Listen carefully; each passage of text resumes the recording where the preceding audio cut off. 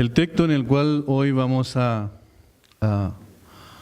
desarrollar tiene que ver quizás con sacar algunos conceptos que son propios del día de hoy, particularmente cuando vivimos en tiempos en donde se supone que las estructuras sociales tienen que cambiar, que aquellas cosas que aparecen como injustas dentro de lo que es la sociedad deben ser distintas y que de alguna manera nosotros tenemos como creyentes o como iglesia un rol fundamental en el cambio de esas estructuras sociales.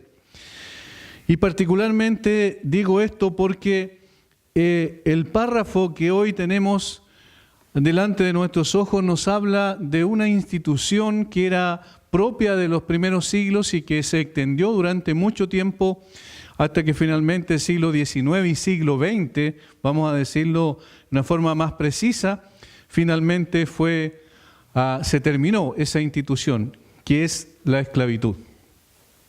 Yo quiero que veamos el texto bíblico y podamos hablar un poco de esto para poder referirnos a la relación correcta que hay o debe haber entre amos y esclavos en el contexto del siglo I y en el contexto de una institución que era generalizada y era aceptada por todos como algo normal. Vamos a Efesios capítulo 6, por favor, versículos 5 al 9 va a ser nuestro texto en cuestión donde vamos a poder hablar de este tema. Dice: siervos, obedeced a vuestros amos terrenales con temor y temblor, con sencillez de vuestro corazón como a Cristo, no sirviendo al ojo como los que quieren agradar a los hombres, sino como siervos de Cristo de corazón, haciendo la voluntad de Dios, sirviendo de buena voluntad como al Señor y no a los hombres, sabiendo que el bien que cada uno hiciere, ese recibirá del Señor, sea siervo o sea libre. Y vosotros, amos, haced con ellos lo mismo, dejando las amenazas, sabiendo que el Señor de ellos y vuestro está en los cielos y que para Él no hay acepción de personas. La esclavitud, como dije, era una institución en los tiempos en el que el apóstol Pablo escribe esta carta a los Efesios y les instruye al respecto. Algunos estudiosos dicen que había alrededor de 6 millones de esclavos en el Imperio Romano en el tiempo en el que el apóstol Pablo escribe. Un historiador pagano de la época escribió respecto del trabajo que había 3 clases de herramientas. Miren el nombre que le puso, herramientas. Primero, herramientas articuladas, refiriéndose a los esclavos. Herramienta inarticulada, hablando de los animales. Y herramientas mudas, hablando de los utensilios. Como pueden ustedes apreciar, esta cita de este escritor pagano de los primeros siglos, él hace una comparación, coloca en la misma línea a seres humanos que eran esclavos, a cosas, utensilios, herramientas de trabajo y también a los animales que eran particularmente animales de crianza. De tal manera que la función que se suponía que tenía que hacer o cumplir un esclavo en cuanto a su dignidad no era absolutamente de ninguna importancia desde esa perspectiva y solo importaba en la medida en que pudiese ser útil para el amo que poseía a ese esclavo. Es tanto así que dice la historia que un emperador romano en una ocasión crucificó a uno de sus esclavos por haber matado una de sus codornices en forma accidental. Hasta tal punto llegaba el concepto denigrante que tenían de los esclavos, que eran personas que el amo podía disponer de ellas cuando quería, podía venderlos a discreción, podía inclusive matarlos si quería, podía someterlos a torturas y nadie podía levantar la voz al respecto porque era algo normal y natural como una institución social en ese entonces.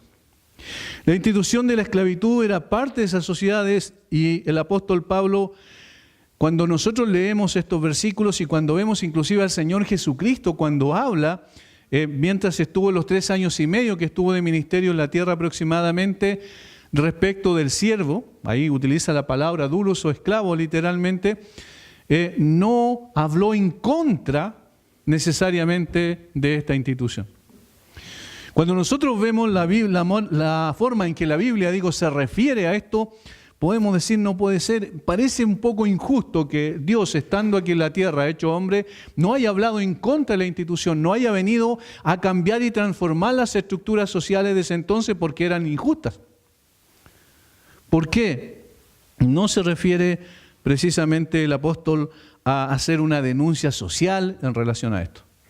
Por eso es que es cuestionable cuando se levantan voces en el día de hoy y dicen que los creyentes estamos llamados a denunciar los males de la época en la cual vivimos y a cambiar las estructuras sociales injustas que se están dando sobre nosotros y sobre la sociedad en general.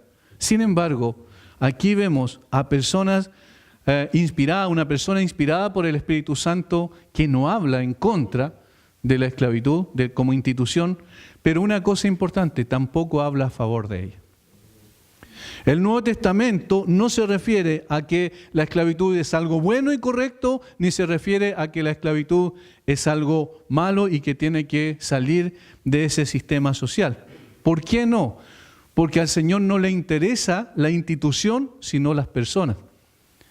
Y lo que el apóstol Pablo escribe aquí se refiere a las relaciones correctas que tienen que haber entre personas, que son seres humanos, que tienen la misma dignidad delante de Dios, independiente de la condición en la que se encuentran. El cambiar a las personas cambia las relaciones, y al cambiar las relaciones cambian las instituciones. Pero el cambio empieza en forma interna y personal primero, y luego empieza a manifestarse en cuanto a las relaciones sociales que estas personas cambiadas y transformadas por el poder del Evangelio pueden establecer, cambiando también las instituciones. Y eso fue lo que ocurrió. Posteriormente, como dije, en el siglo XX, cuando aparecieron hombres que también, inspirados por lo que dice la palabra de Dios, sobre la base de los principios que establecieron las Escrituras, fueron capaces de luchar de una forma correcta, adecuada, para que finalmente se aboliera la esclavitud. Por ejemplo, William Wilberforce en Inglaterra fue uno de los creyentes que luchó en el Parlamento de Inglaterra para que finalmente se pudiese abolir la esclavitud. Sin embargo, lo primero de lo que habla la Escritura en este contexto, en el contexto del primer siglo, es la forma en que debemos relacionarnos el uno al otro, porque ese es el tema en cuestión que viene desarrollando el apóstol Pablo. ¿Recuerdan ustedes? Aquellos que son llenos del Espíritu Santo, dice, se someten los unos a los otros, y lo primero de lo que habla, el primer sometimiento es de la esposa al esposo en el contexto del matrimonio, después de los hijos a los padres en el contexto de la familia, y ahora va a decir que también era importante la forma en que se relacionaban los esclavos con los amos de ese entonces. Recuerden que hay un libro, una carta en particular, que habla sobre esta situación, ¿cuál es? Filemón, donde había un esclavo, un dueño de esclavo y un esclavo que tenían una relación un poco compleja, y que finalmente, cuando este esclavo escapa del lugar donde estaba bajo la autoridad de su amo, encuentra a Cristo. Pablo lo encuentra, lo lleva al conocimiento de la verdad, y entonces a Pablo lo devuelve nuevamente para que pudiese tener una relación correcta con su amo. Sin embargo, Pablo no dice ahora quedas libre porque eres libre en Cristo, sino que lo envía otra vez de vuelta para que puedan tener una relación adecuada. Y esto, yo insisto en el concepto, el Señor vino a cambiar el corazón nuestro para que también nuestras relaciones sean transformadas, y entonces las instituciones van a ser más justas. Pero lo primero es el cambio del corazón. El porcentaje de esclavos que existía en aquel tiempo era muy alto. Por tanto, es seguro que dentro de la iglesia de Éfeso había también un buen porcentaje de esclavos y un porcentaje menor de amos. Muchos de los creyentes de ese tiempo habían nacido en esta condición, habían nacido como esclavos. Pablo va a instruir a siervos y amos ahora a fijar las pautas de una correcta convivencia entre ellos, del mismo modo como lo hizo con el matrimonio y la relación de esposo con la esposa, y la familia, la relación de hijos con los padres. Pero aquí hay que recalcar algo en esta parte introductoria, que la forma en que la mujer se somete al esposo no tiene que ver, no es la misma que la forma en que los hijos se someten a los padres, y no es la misma en que los siervos se someten a sus amos. Es distinta. No es exactamente igual. Aquí hay una sujeción en el caso de los siervos a los amos que por condición natural, porque nacían muchas veces en esa condición o eran vendidos como esclavos. Nosotros vemos la diferencia en la sumisión de la esposa al esposo, la esposa no es una esclava del esposo en absoluto, sino que la relación es distinta. Por eso, si bien es cierto, el concepto de autoridad y sumisión está en cada una de las relaciones, sin embargo, la forma y la disposición es completamente diferente. De momento, me parece importante destacar algunos principios que se dejan ver en los versículos 5 al 9 generales para que nos ayuden a tener una visión más o menos panorámica y luego nos introducimos más al texto. Primero, las relaciones se deben dar teniendo como propósito fundamental la gloria de Dios. Teniendo como propósito fundamental la gloria de Dios. Yo quiero que leamos algunos versículos, el 5, el 6 y el 7, y notemos la reiteración de un concepto aquí. Siervos, obedeced a vuestros amos terrenales con temor y temblor, con sencillez de vuestro corazón, como a Cristo. Versículo 6. No sirviendo al ojo como los que quieren agradar a los hombres, sino como siervos de Cristo. Versículo 7. Sirviendo de buena voluntad como al Señor y no a los hombres.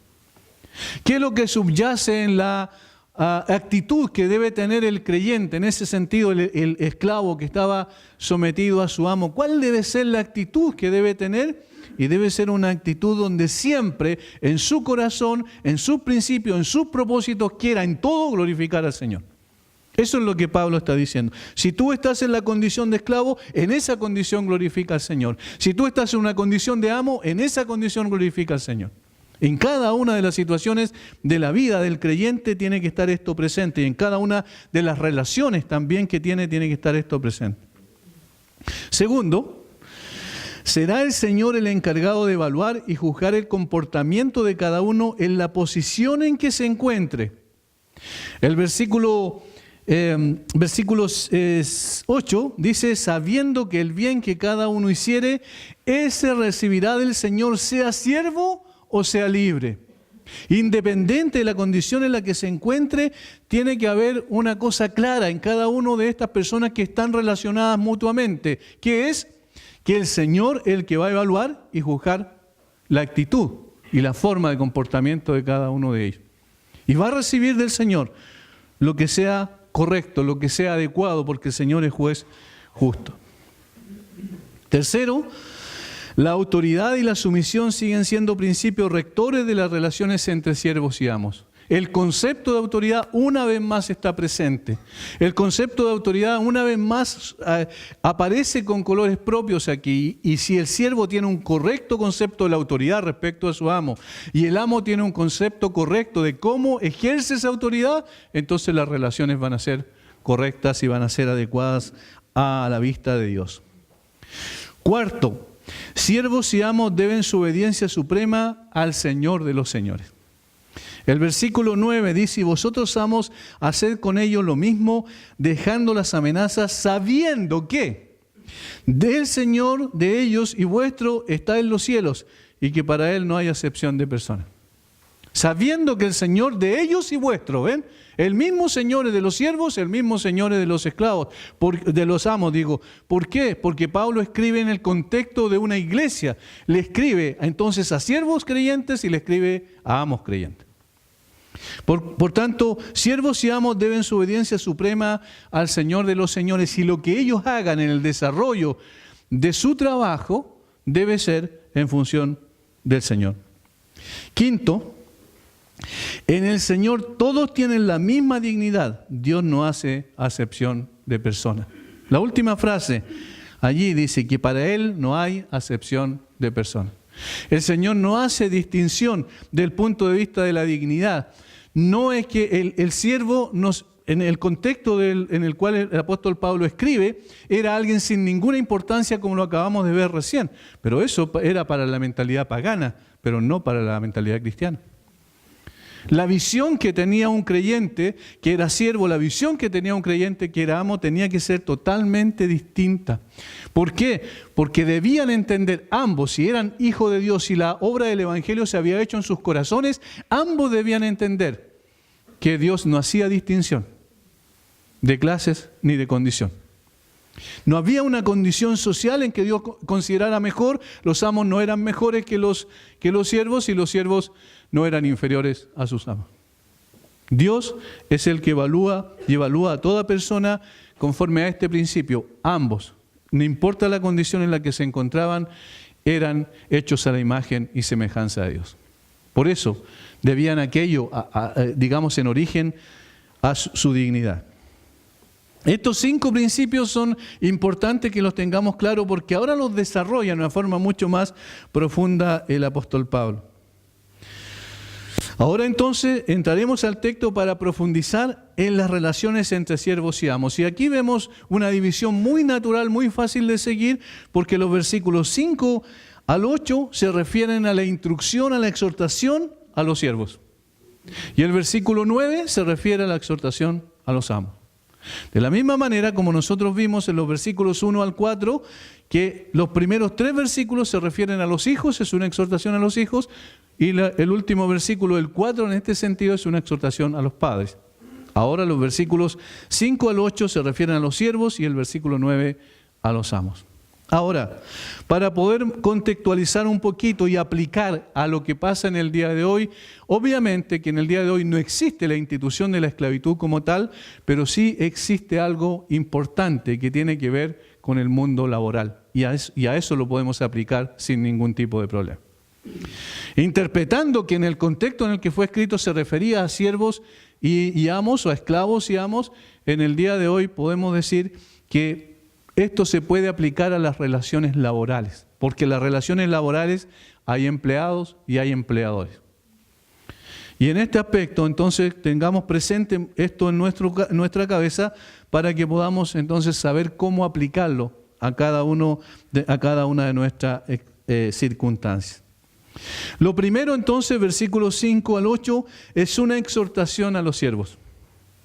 Como hemos visto, Pablo no aboga por la emancipación de los esclavos o la destrucción de la institución como tal. Más bien ordena que cada uno, en la condición en la que está, se relacione con su semejante en forma correcta. Y en este sentido, que el siervo se someta obedientemente a su amo como el Señor. Así comienza diciendo el versículo 5.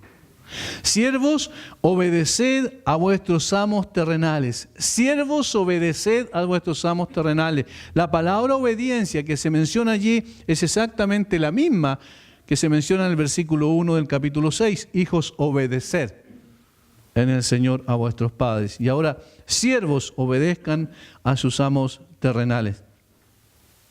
Es interesante destacar que Pablo usa el término amos terrenales. ¿Por qué? Aquí se implica claramente de que hay un amo superior que está por sobre todo y que es el mismo Señor. Hay 2 reinos, la Biblia lo dice así, el Señor lo dijo así: mi reino no es de este mundo, implicando con ello que había un reino de este mundo y el reino de los cielos que estaba por sobre aquel y que era superior al otro. Este amo que está por sobre todos los amos terrenales es justo, recto y misericordioso, ante el que todos debemos dar cuenta un día, seamos esclavos o libres en ese contexto. Esta obediencia, agrega Pablo en Colosenses, debe ser en todo. En Colosenses 3:22 reitera lo mismo y dice: obedeced en todo a vuestros amos terrenales. También algunos traducen amos carnales desde el punto de vista de que eran físicamente sus amos en ese momento, pero que ellos debían tener siempre claro que había un Señor que estaba por sobre todo y a Él rendían primeramente obediencia. El mandato es a obedecer, no implicando, y esto es importante, la calidad o generosidad o cualidad particular que tuviese el amo al que servían. El mismo Pedro se refiere a ello en su primera carta y aclara el punto de una forma mucho más extensa. Yo quiero que vayamos a Primera de Pedro, capítulo 2, versículos 18 en adelante, donde está también en la parte exhortativa, es decir, donde Pedro está llamando a los creyentes a vivir de acuerdo a la condición en la cual se encuentran producto de la obra del Señor, que está relatada en los capítulos 1 y 2 hasta el versículo 10. Y en el versículo 18 dice así: criados, estad sujetos con todo respeto a vuestros amos, no solamente a los buenos y afables, sino también a los difíciles de soportar. Porque esto merece aprobación, si alguno a causa de la conciencia delante de Dios sufre molestias padeciendo injustamente. Pues qué gloria es si pecando sois abofeteados y lo soportáis, mas si haciendo lo bueno sufrís y lo soportáis, esto ciertamente es aprobado delante de Dios. Pedro se explaya en su explicación y nos ayuda a poder entender lo que el mismo Pablo está diciendo aquí en la carta a los Efesios, que la obediencia tiene que ser independiente de cómo sea el amo. No es si el amo es bueno, entonces yo obedezco, no. Al contrario, donde más se evidencia el carácter de un cristiano es cuando soporta a aquellos que son difíciles de soportar. Eso es lo que está diciendo. Si lo aplicamos entonces en el contexto nuestro en el día de hoy, implica que cada uno de nosotros, cierto, que tenemos una relación laboral con un empleador, no necesariamente vamos a tener a buenos empleadores de buen carácter y que nos traten bien. Muchas veces va a ser al revés.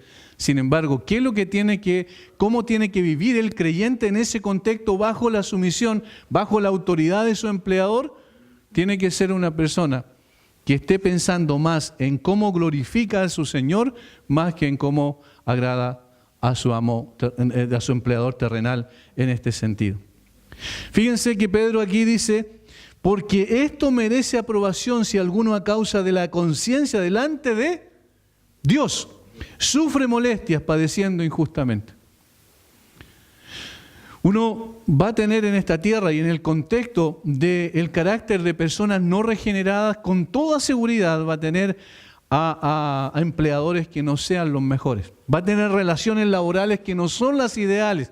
Sin embargo, el carácter de esa persona se va a probar precisamente allí en circunstancias difíciles, donde los empleadores quizás no los traten muy bien, donde no les paguen lo justo, donde probablemente los hagan trabajar más de las horas que corresponden. Es decir, una serie de situaciones que pueden estar sobre sus hombros y que no sean para nada justas. Sin embargo, ¿cómo se ve el carácter de un creyente? Cuando obedece a su empleador a pesar de las circunstancias. Esto, como podemos apreciar, no es natural, porque nosotros naturalmente en nuestro corazón tenemos un carácter de rebelarnos contra lo injusto, contra lo que consideramos injusto. Por eso las protestas sociales, por eso mucha gente sale a las calles para tratar de cambiar el sistema y la estructura social, pensando que de esa manera las cosas se van a arreglar. Pero miren qué distinto sería si los creyentes genuinos van a su trabajo pensando en que el Señor los llamó y los colocó en ese lugar con el propósito de poder honrarlo a Él. Qué diferente sería la iglesia, el impacto que causaría, cómo la gente estaría mirando y diciendo: esa persona es distinta, trabaja de una manera distinta, independiente si está o no está el jefe presente. Esa persona es una persona con un carácter transformado. De esa manera, entonces, nosotros podemos impactar la sociedad. Tenemos que ser personas que no digamos nada, que nos quedamos callados y que nos encerramos en nuestros templos, no necesariamente. Tenemos una voz, podemos decir algo fuera, pero ese algo que digamos tiene que estar respaldado por un carácter consecuente. De lo contrario, no va a tener ninguna fuerza lo que nosotros podamos decir. Y eso es lo que ha pasado lamentablemente con la iglesia y con los creyentes en el último tiempo. No tienen fuerza afuera porque la consecuencia no se ve muchas veces.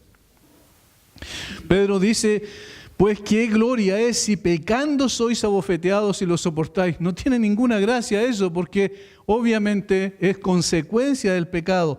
Mas si haciendo lo bueno sufrís y lo soportáis, esto ciertamente es aprobado otra vez delante de ¿quién? Delante de Dios. De eso se trata. Entonces, la obediencia que demanda aquí la Escritura, cuando Pablo le escribe a esta gente que una cosa importante hay que decir, era algo revolucionario para ese tiempo.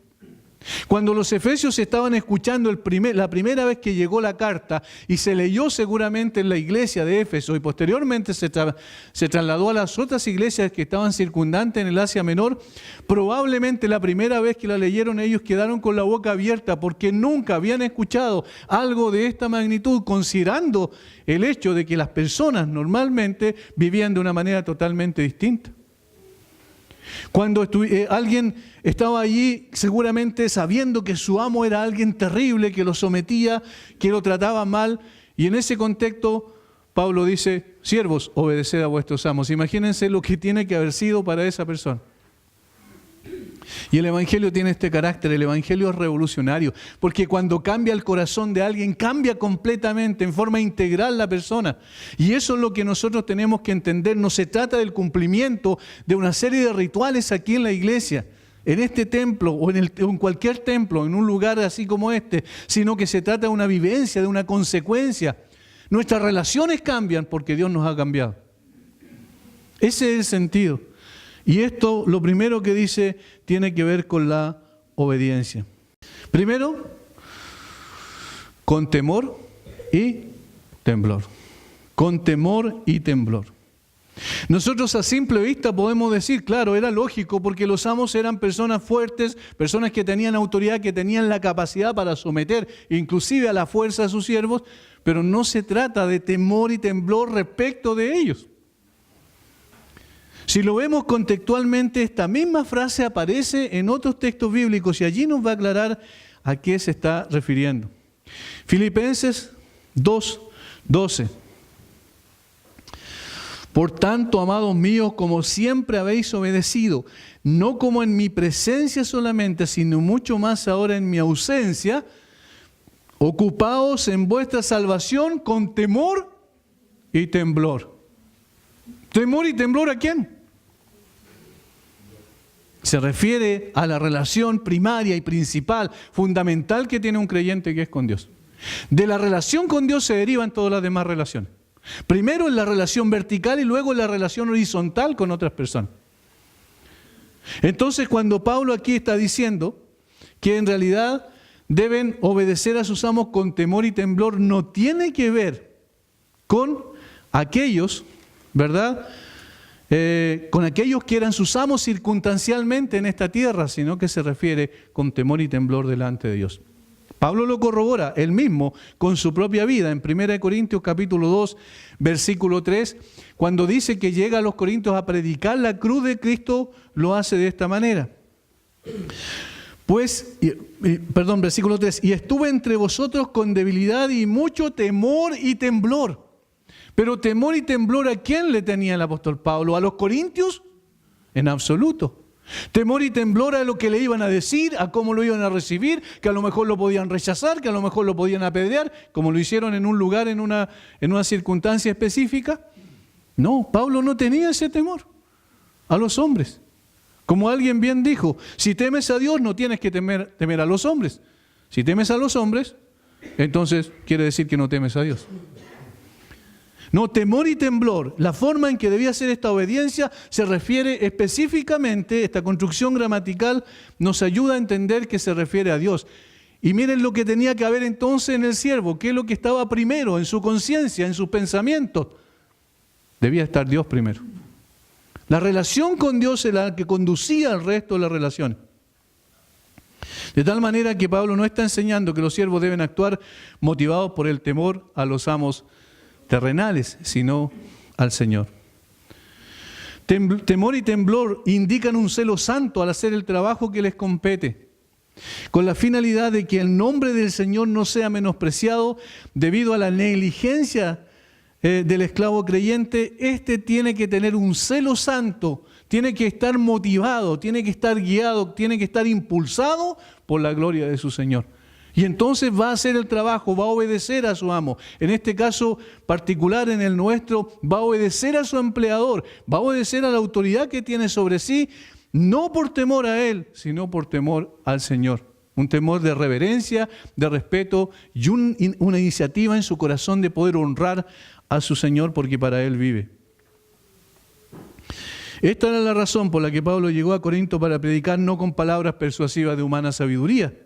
Él quería que el nombre de Cristo fuese honrado con su trabajo de predicación, de la predicación de la cruz. Esto no implica una aprobación por parte del esclavo de los métodos inhumanos de sus amos, no tiene nada que ver con eso, sino que ser consciente de que su trabajo es ofrecido como una ofrenda grata, primera y fundamentalmente al Señor. En el tiempo en el que la Reforma Protestante explotó en 1517 y los años posteriores, en particular cuando se fue afianzando doctrinalmente, se fue también expandiendo por Europa, particularmente por las naciones del norte de Europa, y lo que ocurrió allí fue extraordinario. La pobreza que había en ese tiempo era tremenda. Los señores feudales eran los dueños de ciertos territorios y ellos hacían trabajar a la gente solo por la comida. Había mucha pobreza y cuando el cristianismo llegó, cuando se recobraron las doctrinas fundamentales que la Escritura presenta, ocurrió algo significativo, particularmente impulsado por el pensamiento de Juan Calvino, el teólogo de Ginebra. Él enseñó que en realidad cada una de las tareas y las funciones que nosotros teníamos, o sea, que los creyentes tenían, era un llamado de parte de Dios, era una vocación de parte de Dios, de tal manera que las personas, independientes de quiénes eran y el trabajo que realizaban, estas personas sabían que donde estaban trabajando para poder honrar a su Señor. ¿Y qué ocurrió en forma normal? Que ellos empezaron a producir mucho más de lo que producían, porque ya no estaban mirando al amo, en este caso, ¿cierto?, al dueño del feudo, sino que estaban mirando a Dios y querían honrarlo a Él. Y el trabajo lo hacían con temor y temblor delante de Dios. Eso cambió totalmente la Europa del siglo XVI y hasta el día de hoy los países más poderosos en ese sentido son los países del norte de Europa. Esto es lo que hace el Evangelio. Como vimos, no cambia las instituciones y las estructuras sociales, sino cambia a las personas. Y las personas con su comportamiento y su carácter distintivo también son instrumentos de cambio, de transformación en todos los demás quehaceres sociales en el cual nosotros estamos involucrados. Solo de esa manera, sirviendo al Señor, el mundo no cristiano podrá ver la marca distintiva del cristianismo, siendo palpables en la actitud, honradez y diligencia de los creyentes en su trabajo.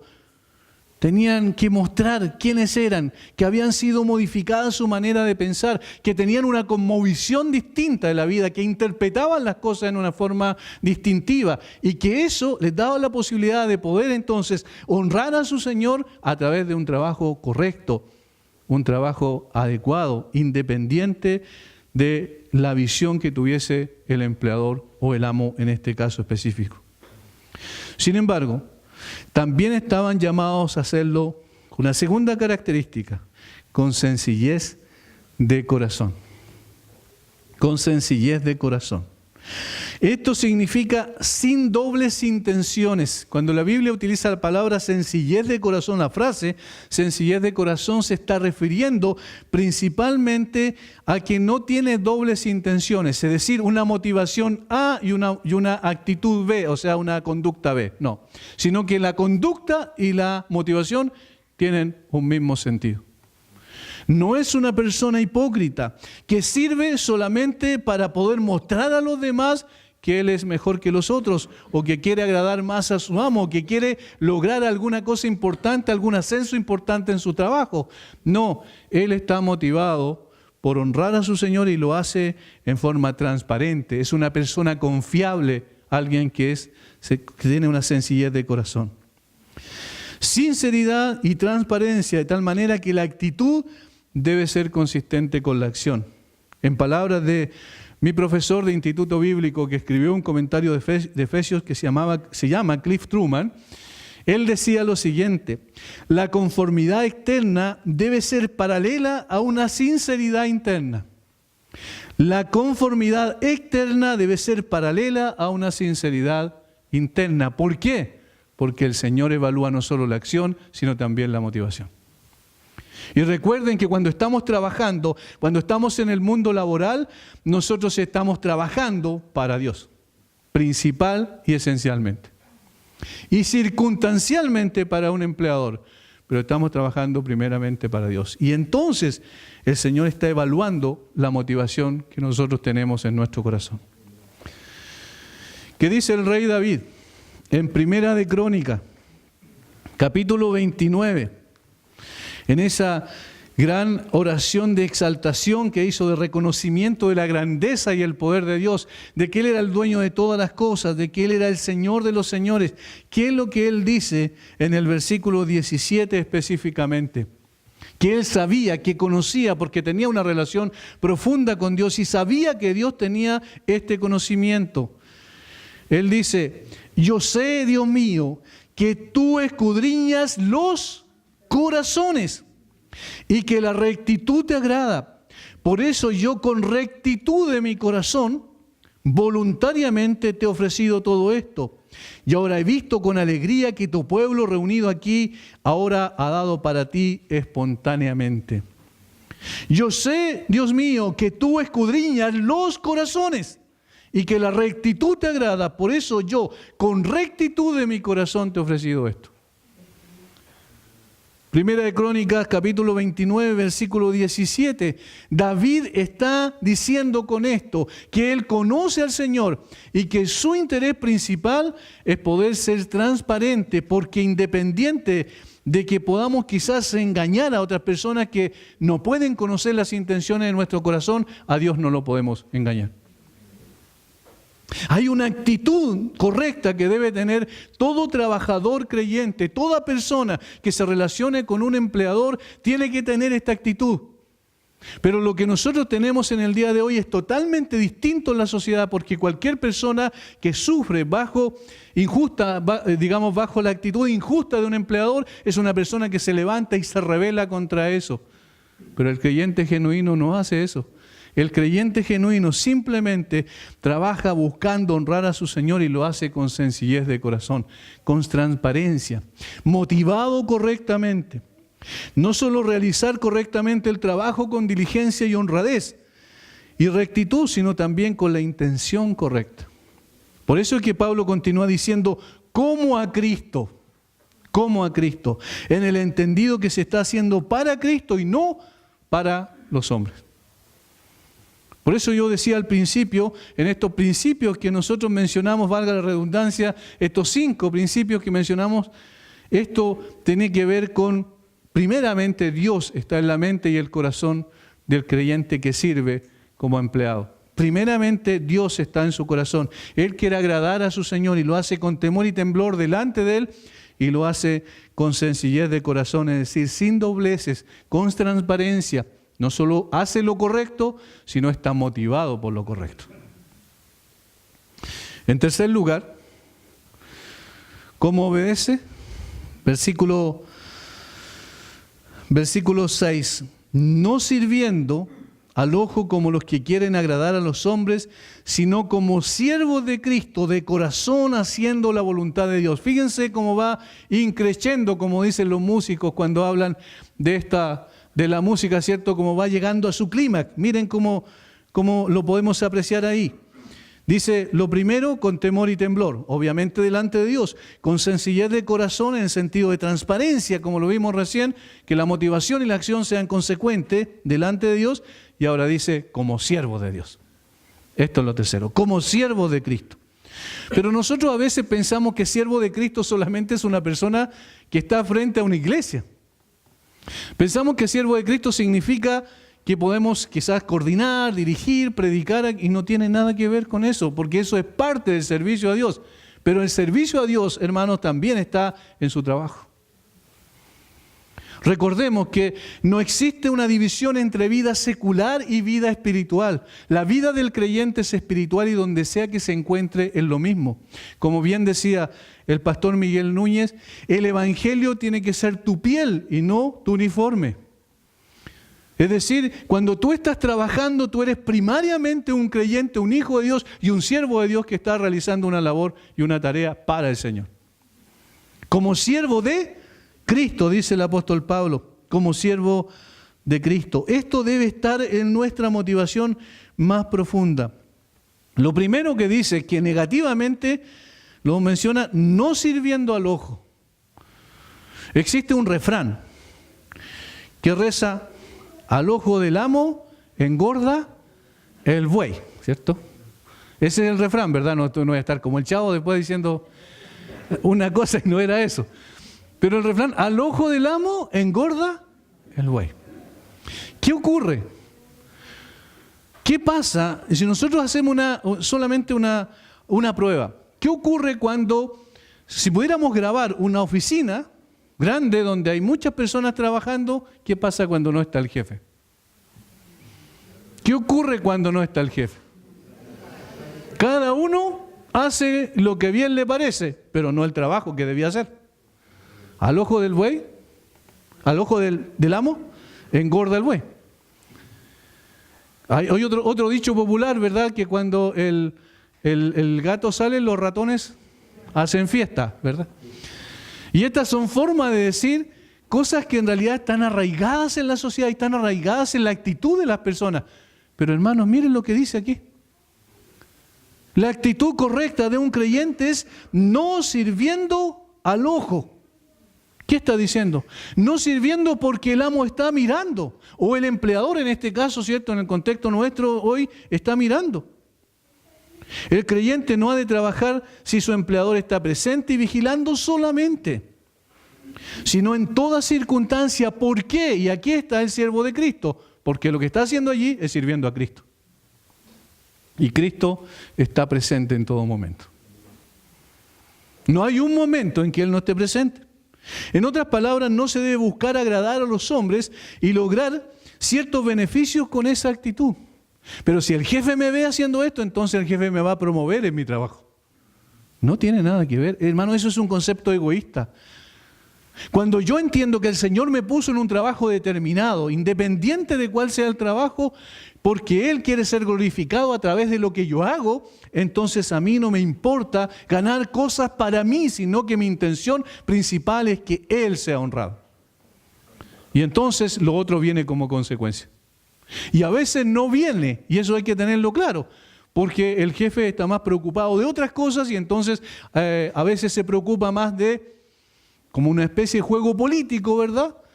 De poder subir y colocar en una mejor posición a aquellos que son sus amigos. Puede ser que sea así. Pero más adelante va a decir el apóstol Pablo que Dios no es así porque no hace acepción de personas. Y Él está viendo todo lo que está pasando. Buscar la conveniencia laboral no es la motivación del creyente. Nunca debe ser. Nunca debe ser porque ahora gano más dinero, porque ahora estoy mejor, porque ahora voy a tener una mejor expectativa de vida. La motivación principal es trabajar para el Señor. Eso es lo que dice el texto. El creyente no busca ser ascendido en su trabajo como propósito principal, sino busca la aprobación de Dios porque para Él trabaja. No para los hombres primariamente. El trabajo del creyente debe considerarse como una ofrenda al Señor. El creyente sirve a Cristo sobre todas las cosas, haciendo la voluntad de Dios. Eso dice el texto. No sirviendo al ojo como los que quieren agradar a los hombres, sino como siervo de Cristo, de corazón, haciendo la voluntad de Dios. Qué distinto suena eso si realmente nosotros viviéramos de esa manera. Qué distinto sería eso, que cuando nadie me está viendo, yo sigo trabajando porque tengo que producir, porque para eso el Señor me puso allí. Hermanos, ¿no sería un impacto para la sociedad? ¿No sería impactante que un empleador vea eso y diga, esta persona es distinta? Gracias al trabajo que hace esta persona, la verdad es que va a surgir mi empleador. Y él pueda apreciar eso. ¿Qué hacía distinto a José en las Escrituras? ¿Por qué él llega vendido como un esclavo a la casa de Potifar? ¿Y qué es lo que hace en la casa de Potifar? Comienza a trabajar como esclavo. Sin embargo, lo coloca como mayordomo, es decir, como administrador de todos sus bienes. Eso dice la Biblia. Y estando en esa condición, él hacía el trabajo con diligencia porque Jehová estaba con él. Y cuando fue tentado por la mujer de Potifar, él dijo algo muy importante. ¿Cómo haría esto yo contra Dios y contra mi amo. ¿Ven? La relación es correcta. Él sabía que tenía una relación con Dios y en esa relación con Dios tenía que buscar la santidad. Por eso era una ofensa a Dios en primer lugar, pero también era una ofensa a su amo. Una relación vertical correcta con Dios es una relación horizontal también correcta con su prójimo. Y en este sentido, entonces, debe entender que es un siervo del Señor donde sea que se encuentre. Por favor, tengamos eso en nuestra cabeza. Si usted es una persona que tiene su propia empresa o trabaja en forma independiente, de todas maneras usted está allí para servir al Señor y honrarlo a Él en primer lugar. Si hace un trabajo equivocado o errado, digamos, de mala calidad, entonces usted está ofendiendo a Dios, porque se supone que usted va a hacer un trabajo para honrar al Señor. En cualquier circunstancia, ese es el punto que quiere recalcar aquí el apóstol Pablo. Y finalmente, en cuarto lugar, dice algo muy importante. Versículo 7, sirviendo de buena voluntad. Otra vez recalca, ¿cómo al Señor y no a los hombres? Sirviendo de buena voluntad. Como vimos anteriormente, la motivación debe ser consistente con la acción. Un creyente ha de hacer su trabajo de buena voluntad, porque sabe que lo está haciendo para el Señor y no para los hombres. Si eres un médico, un administrador de una empresa, un jornalero, un carpintero, un mecánico, un profesor, independiente de cuál sea tu labor y tu función, debes realizar tu trabajo con excelencia porque lo estás haciendo para la gloria de aquel que envió a su Hijo a morir en la cruz por ti. Eso es lo que debe motivar nuestra acción. Y no el sueldo que me pagan, y no si me ascienden o no me ascienden en el trabajo, si gano más o gano menos. Lo que me debe motivar es que yo quiero honrar y glorificar al Señor con lo que hago. Pablo cierra esta parte en la que se dirige a los esclavos con una motivación especial. El Señor siempre se encarga de motivar de todas maneras, porque aun cuando la motivación más grande es que Él murió en la cruz por mí y entonces yo le entrego todo y todo lo que soy y todo lo que tengo y todos mis talentos. Sin embargo, también el Señor nos anima igualmente en el versículo 8 de la siguiente manera. Sabiendo que el bien que cada uno hiciere, ese recibirá del Señor, sea siervo o sea libre. Pablo cierra esta parte, como dije, en la que se dirige a los esclavos con esta motivación. Dice que cada uno será evaluado por el Señor y recibirá una recompensa conforme a lo que haya hecho. No depende de la posición social que cada uno de nosotros tenga en esta tierra, para nada. No depende si somos más importantes desde la perspectiva de la gente. No estamos buscando el aplauso y la aceptación de la gente, estamos buscando la honra de Dios, porque a Él queremos agradar. No importa si eres jefe o empleado, si eres dueño de tu empresa o un empleado de ella, lo que importa es la forma y la disposición con la que haces tu trabajo. En esta ocasión Pablo solo menciona lo bueno. En Colosenses 3:25 también incluye lo malo. Pero el propósito es el mismo. Cada uno responderá delante de Dios por lo que hizo y la motivación que tuvo al momento de hacerlo. ¿Cómo estás trabajando? ¿Cómo estás realizando tu trabajo? Mañana es lunes y mañana tienes que estar a cierta hora en tu trabajo. ¿Cómo vas a hacer el trabajo? ¿Igual como lo hacías el viernes? Después de escuchar lo que Dios dice en su palabra. Vas a hacer exactamente lo mismo que hacías, pero quizás con una forma distinta de ver las cosas, con mayor diligencia. Porque tu interés principal no es dejar bien a tu jefe, tu interés principal es dejar bien al Señor, donde te encuentres. Eso debe motivar nuestra actitud. Si tú trabajas como un comerciante o tienes una empresa, entonces también tus negocios tienen que ser limpios y transparentes, sin buscar engañar a la otra persona para sacar provecho. Porque de lo contrario estás deshonrando al Señor. Hasta aquí la exhortación a los siervos y que ahora también nos alcanza a nosotros desde el punto de vista que somos también empleados, ¿verdad? Sirviendo en alguna área en el aspecto laboral. Ahora Pablo pasa a referirse al papel de los amos en esta relación. Versículo 9.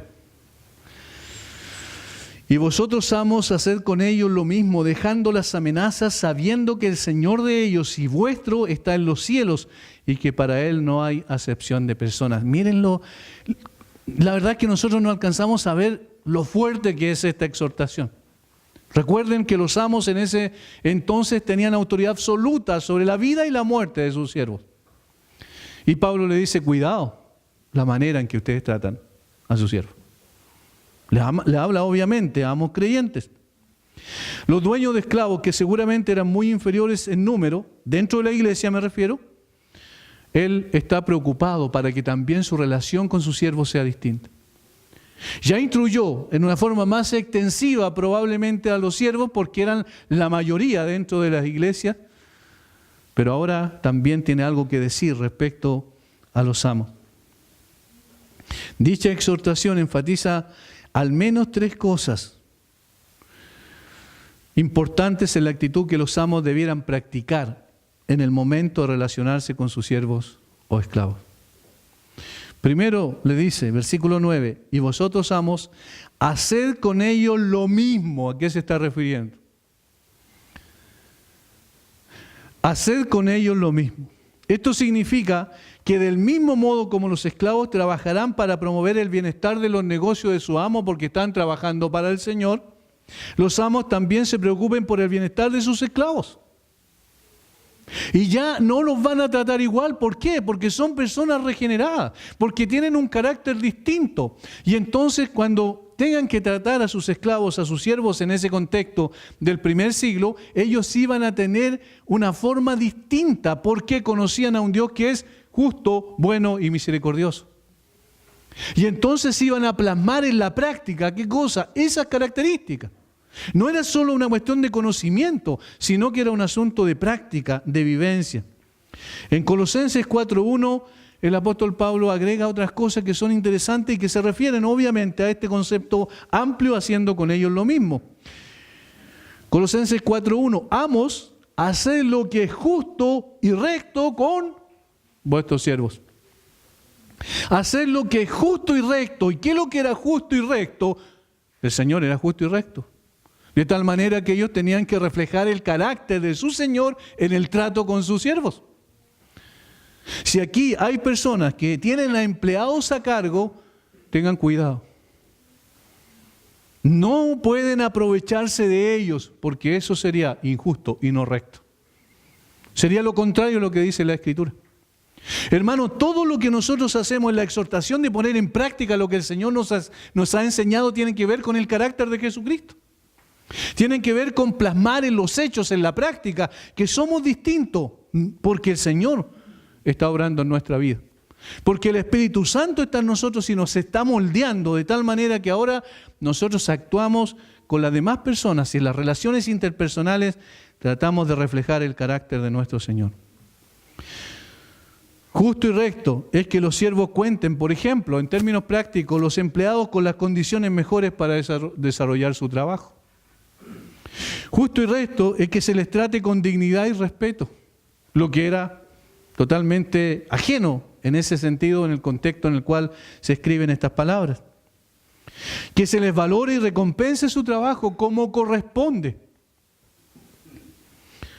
Hermano, si estás buscando quién te cobra menos para hacer un trabajo, no importa cómo lo hagas, si tú quieres aprovecharte de esta situación, estás actuando totalmente contrario a lo que dice la Escritura. No debe ser así. Un amo creyente al que se dirige Pablo aquí es una persona con un carácter moldeado por la palabra de Dios, que está siendo conformado al carácter de Cristo. Por tanto, debe estar motivado porque su Señor se ha visto claramente en la forma en que trata a su siervo. De tal manera que el siervo también, o en este caso, cierto, el empleado también diga con toda claridad, él es distinto. Yo he trabajado para diferentes personas, pero él es distinto. Hay algo diferente en él. El trato con el que se relaciona conmigo es diferente. Me trata como persona, me considera como persona. No hay distinción en cuanto a él y yo, sino fundamentalmente en que él es el dueño y yo soy el empleado. Se trata de cuestiones prácticas. Imagínense si esto, la iglesia, cada uno de los creyentes lo pusiera en práctica en la vida laboral. Qué distinta sería la sociedad. Ya no estaríamos hablando que el Estado tiene que hacer leyes para que la justicia social sea mejor. Nosotros tenemos una ley superior, la ley de la Escritura.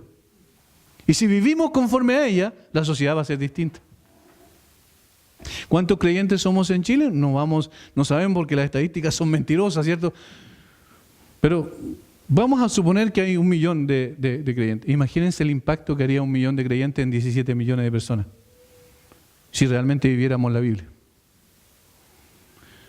¿Qué es lo que es una iglesia bíblica? Es una iglesia bíblica no es solo la que estudia la Biblia, sino la que vive la Biblia. Esa es una iglesia bíblica. Si nosotros viviéramos conforme a la Escritura, imagínense el impacto social que esto significaría, hermanos. Y aquí está diciendo a los amos, está diciendo, o a los empleadores, vamos a decir, trata correctamente, dignamente a las personas. Dales un lugar de trabajo correcto, adecuado. Trata de cumplir con las condiciones mínimas para que esa persona pueda desarrollar correctamente su trabajo. Eso es lo que estamos llamados a hacer. Enseguida agrega una segunda cosa que es negativa. Hacer con ellos lo mismo, dejándolas amenazas.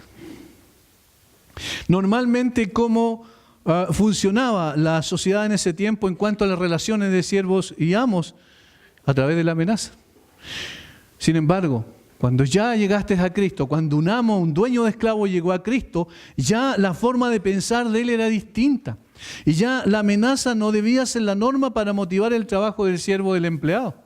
Al contrario, ahora había algo positivo, más bien debía ser consistente con el trato, positivamente hablando, que se le dispensa. Y las recompensas que se le prometen por el buen desempeño. Eso debiese ser la motivación para un empleador cristiano que tiene a cargo personas. La recompensa, yo te voy a recompensar y no amenazar. Si no haces esto, te corto la cabeza. El amo tiene que recordar que la ley del trabajo no es la norma mayor para él. No es la norma mayor.